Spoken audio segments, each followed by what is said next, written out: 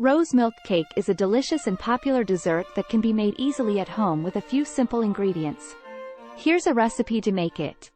Ingredients. 1. 1 cup all-purpose flour. 2. 1/2 cup sugar. 3. 1/2 cup milk. 4.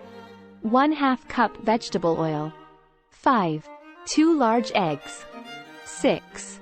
1 teaspoon baking powder. 7. 1/2 teaspoon baking soda. 8. 1/4 of a teaspoon salt. 9. 1/4 cup rose syrup. 10. 1/4 cup milk powder. 11.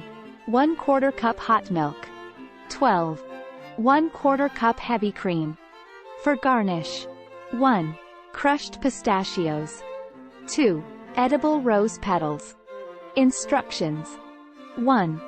Preheat the oven to 350 degrees Fahrenheit, 180 degrees Celsius. 2. In a large mixing bowl, whisk together the flour, sugar, baking powder, baking soda, and salt. 3. In a separate mixing bowl, combine the milk, vegetable oil, eggs, and rose syrup. Whisk until smooth. 4. Gradually add the dry ingredients to the wet mixture, stirring constantly until everything is well combined. 5.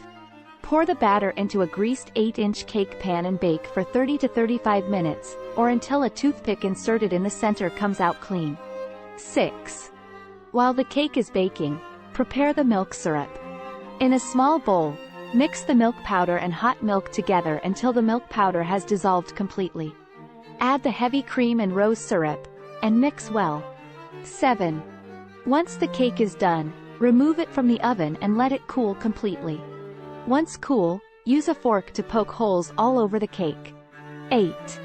Pour the prepared milk syrup over the cake, making sure it seeps into all the holes. 9.